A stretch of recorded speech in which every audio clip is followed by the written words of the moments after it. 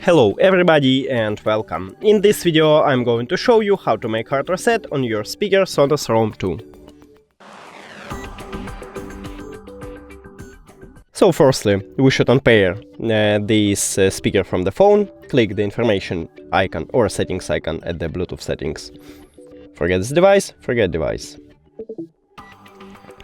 If you have Android, click Pair New Device. After that, turn off your speaker by press one time at the power button, and then press and hold this power button and play pause button until this LED light starts flashing white and orange.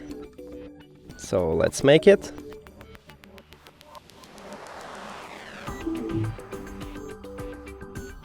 Okay, this time I turn off it, and now we should turn on it. So press and hold as I told you. Here we go, and now it starts flashing white and orange, so release your finger and wait until this light starts be green. And you hear this sound. After that, press and hold Bluetooth button to enter pairing mode. So press and hold, this LED light is flashing blue, and click on it at the device list. We did it!